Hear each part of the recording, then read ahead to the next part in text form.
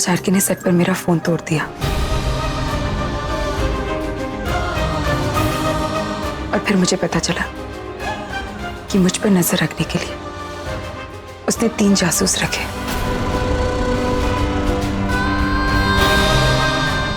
यहाँ आने से पहले मैं उसके घर गई थी उसकी इस घटिया हरकत के लिए अच्छा जवाब देकर आई हूं मैं। मधु, हाँ, मैं नहीं जानती मैं आरके के साथ क्यों लड़ रही हूं, क्या पाना चाहती हूँ, क्या खोना चाहती हूँ, कुछ नहीं जानती। बस इतना जानती हूँ, मेरा आत्मसम्मान तब तक नहीं टूटेगा, मैं पीछे तब तक नहीं हटूंगी जब तक आरके पीछे नहीं हटेगा।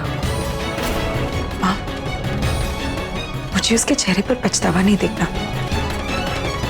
ना ही वो हारे या जीते उससे मुझे कोई फर्क पड़ता है। लेकिन मधु, तू पहले भी ये सब मुझसे कह चुकी है,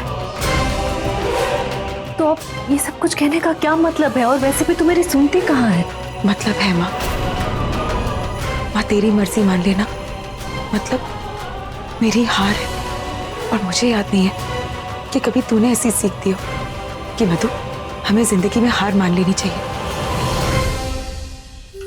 माँ, मैं तुझे ये सब इसलिए बता रही हूँ क्योंकि मैं तुझे विश्वास दिलाना चाहती हूँ, मैं बदली नहीं हूँ माँ, मैं बदली नहीं हूँ। तुझे कभी अफसोस नहीं होगा कि तूने मुझे जन्म दिया है। आज एक माँ को शर्मिंदा होते हुए देखकर आई हूँ और उस हालत में मैं तुझे कभी नहीं देख सकती। हाँ, एक बार तुझे झूठ बोलने की गलती की है मैंने, दोबारा कभी नहीं करूंगी।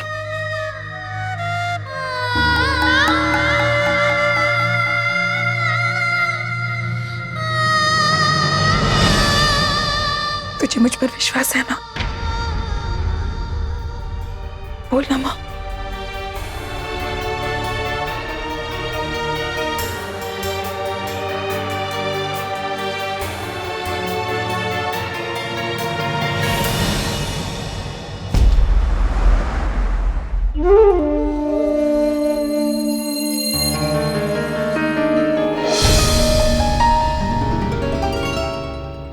सिकी प्लीज लाइट्स ऑफ कर दो, मुझे जल्दी उठना है और मम्मी जी को भी जल्दी जल्दी जाना। तुम्हें बिल्कुल नहीं पता आज घर में क्या हो। सब पता है मुझे, इस घर में मेरे जासूस, मैं जितना दिखता हूं ना उससे कहीं ज्यादा स्मार्ट हूं। याद है ना कि मम्मी जी से मैंने तुम्हें कैसे बचाया था और क्या कहा था कि थैंक्स से काम नहीं चलेगा, याद है ना? फिर से शुरू मत करो हाँ सिकी, डोंट इरिटेट मी। ठीक है, पर तुम्हें मेरा एक काम करना होगा। हुक्म दे रहे हो तुम मुझे? हाँ, तुम्हारा उस फिल्म में अभी भी कुछ दिनों का काम बाकी है ना? हाँ तो तुम्हें मुझे उस फिल्म में एक रोल दिलवाना होगा।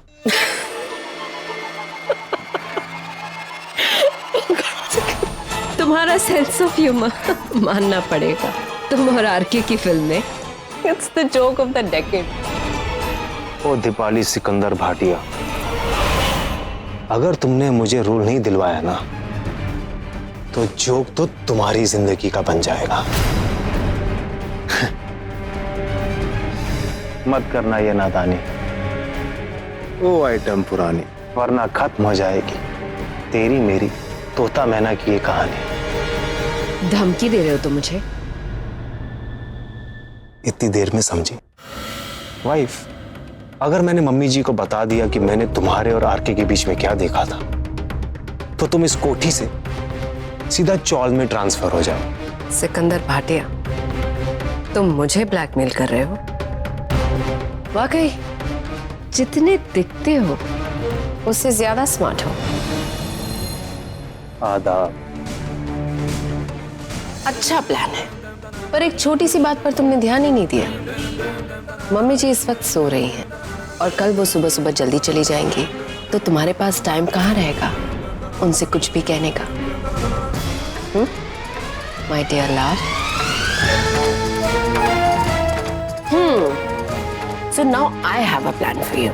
ये जो तुम्हारे सारे सपने हैं ना, इन्हें इकट्ठा करो और जाकर किचन में रखाओ। सुबह मंगेश से मैं कह दूंगी उन्हें कचरे के डिब्बे में फेंकने के लिए।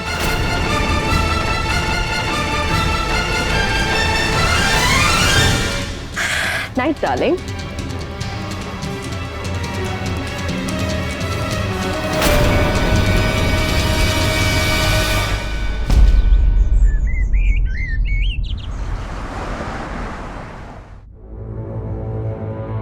सामान सब लगेज में जाएगा, मेरी गाड़ी निकालना। वाइफ, बता दूं? Don't even think about it. बेवकूफी होगी। और वैसे भी तुम्हें कोई चांस नहीं मिलने वाला है। मम्मी जी, आरती लीजिए। अपना ख्याल रखना और घर का भी। ऑफ कोर्स मम्मी जी, आफ्टर ऑल अब मैं ही तो हूँ सब संभालने के लिए। आंटी जी, फ्लाइट कितने बजे की है बिट्टू जी? हाँ बिट्टू जी,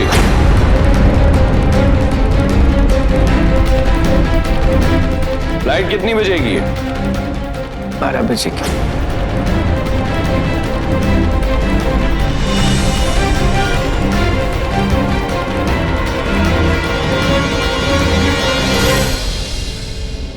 अरे तब तो फिर आपको जल्दी निकल जाना पड़ेगा ना मम्मी जी, आजकल ट्रैफिक का भी भरोसा नहीं रहता।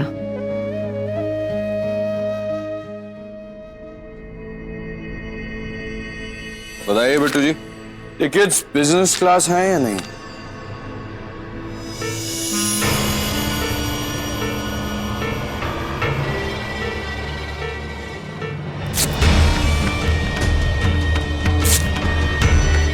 Chief, your tickets.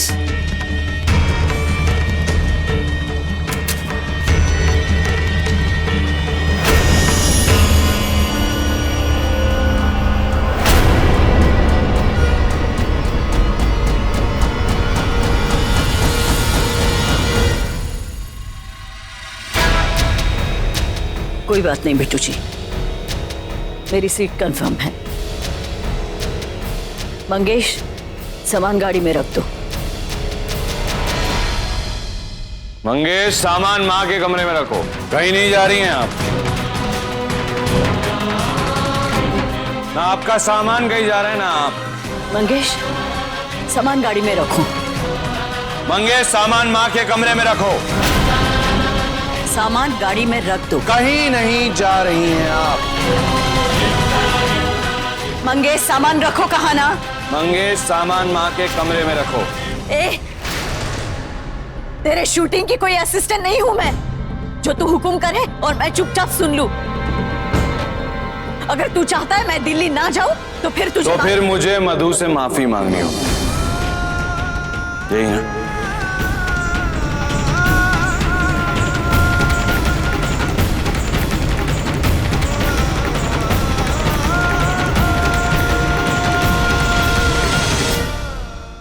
मैं मानता हूं मैंने मधु के साथ जो कुछ भी किया बहुत बुरा किया। उसके लिए मैं मधु से माफी मांगने को तैयार हूं।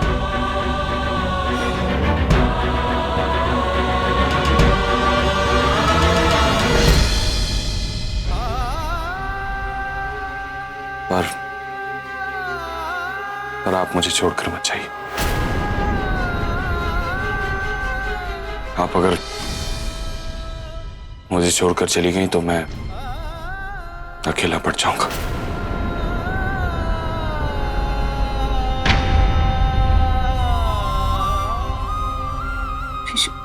पर ये उम्मीद मत रखिएगा कि मधु के लिए मेरी फीलिंग्स में कोई बदलाव आएगा।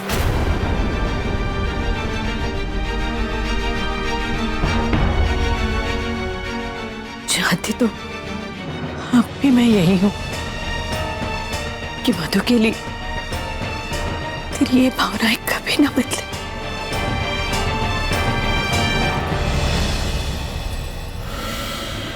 मंगेश, पाटिल, सामान रखने के लिए बार बार नहीं कहा जाएगा।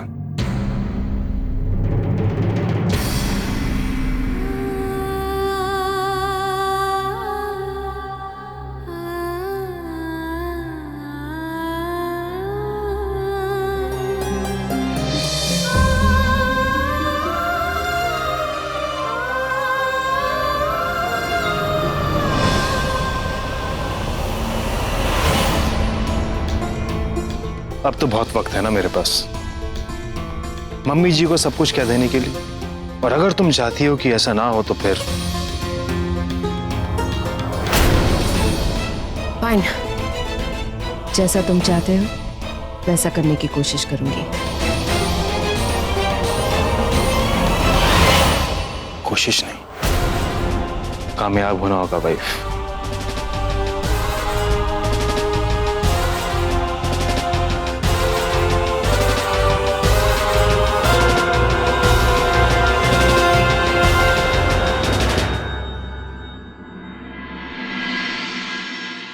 सर आज शेड्यूल में 2 बड़े सीन लगाए हैं, बाकी देखते हैं। चलो।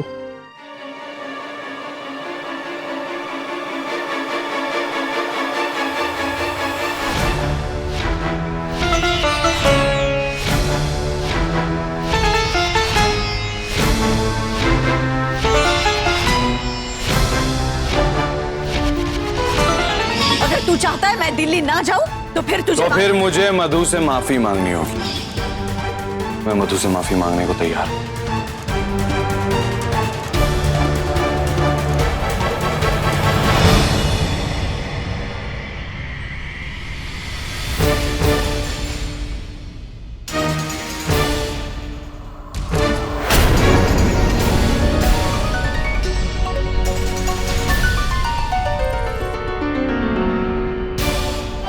मधु,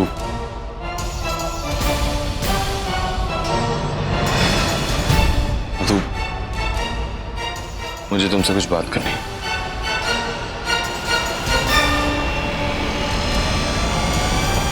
मधु, मधु, मुझे तुमसे कुछ बात करनी है। तुम्हें ये कहने की जरूरत नहीं कि तुम्हें मुझसे कोई बात नहीं करनी। तुम्हें कुछ नहीं कहना, बस जो मैं कह रहा हूं वो सुन लो। मिस्टर कुंद्रा, मुझे तुम्हारी कोई बात नहीं सुनी। और मेरे पहचान के एक डॉक्टर ने कहा है कि बकवास सुनना सेहत के लिए हानिकारक हो सकता है। और अब मैं अपने आप से बहुत प्यार करती हूँ। So please don't bother.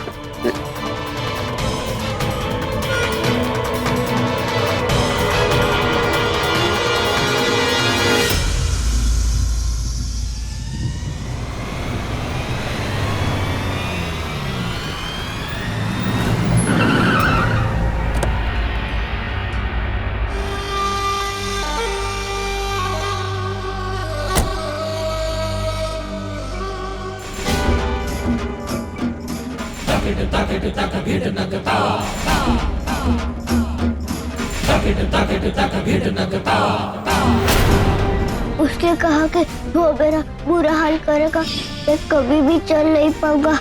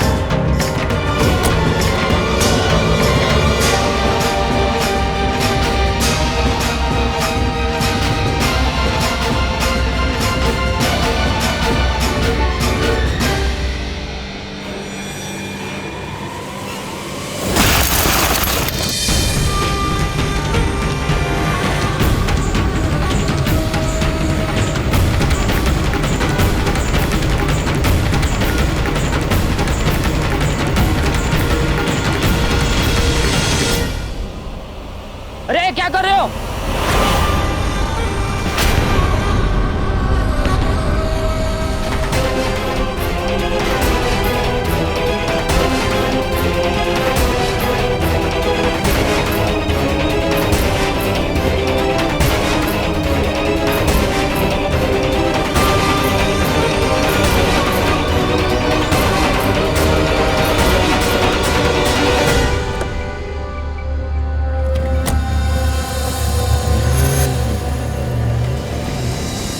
कैसे हुआ ये?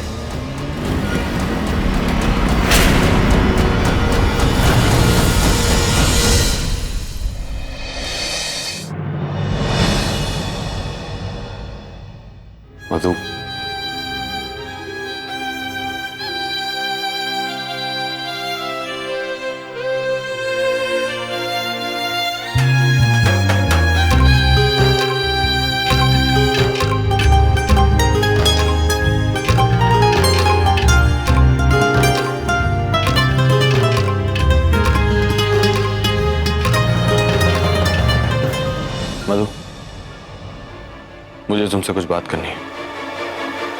दुनिया भर की बकवास सुन सकती हो, पर मेरी बात नहीं। मधु, मेरी तरफ देखो। मेरी आंखों में कोई इन्फेक्शन हुआ है क्या, जो तुम मेरी तरफ नहीं देख सकती?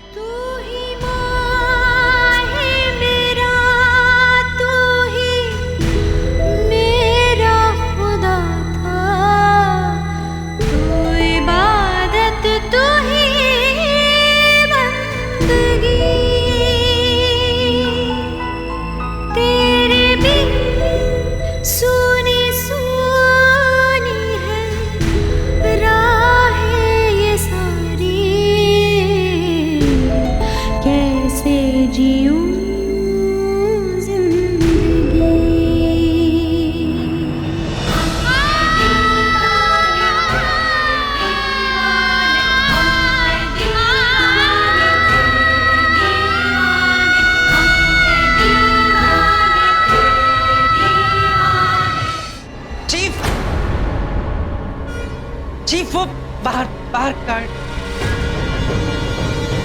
क्या प्रॉब्लम है बिट्टू जी?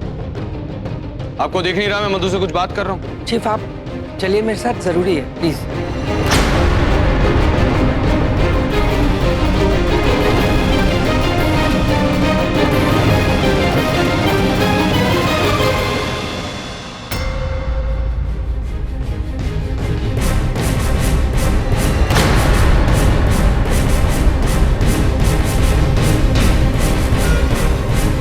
किसकी इतनी हिम्मत हुई? और तुम यहां खड़े खड़े कर क्या रहे थे? अंदर आकर बताना भी जरूरी नहीं समझा? कौन था वो? चीफ, किसी ने अंदर आके बताया कि उसके हाथ में बैट था और उसने ये गाड़ी का शीशा तोड़ दिया, और इससे पहले कि कोई समझ पाता या पकड़ पाता वो भाग गए। ये कुछ छोड़ गया है। आर के स्टार हो गए तुम, पर मैं जलता तपता सूरज।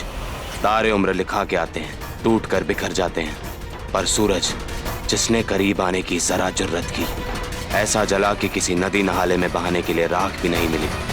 पैर तोड़ने का सपना भी मत देख, मेरे जूते की नोक से ऊपर उठ जाए तो भी बहुत है तेरे लिए। दोबारा कभी छेड़ना नहीं मुझे, लोग अंदाजा लगाते रह जाएंगे यार के नाम का इंसान पैदा भी हुआ था, या सिर्फ तेरी फिल्मों की तरह एक झूठी कहानी थी कोई।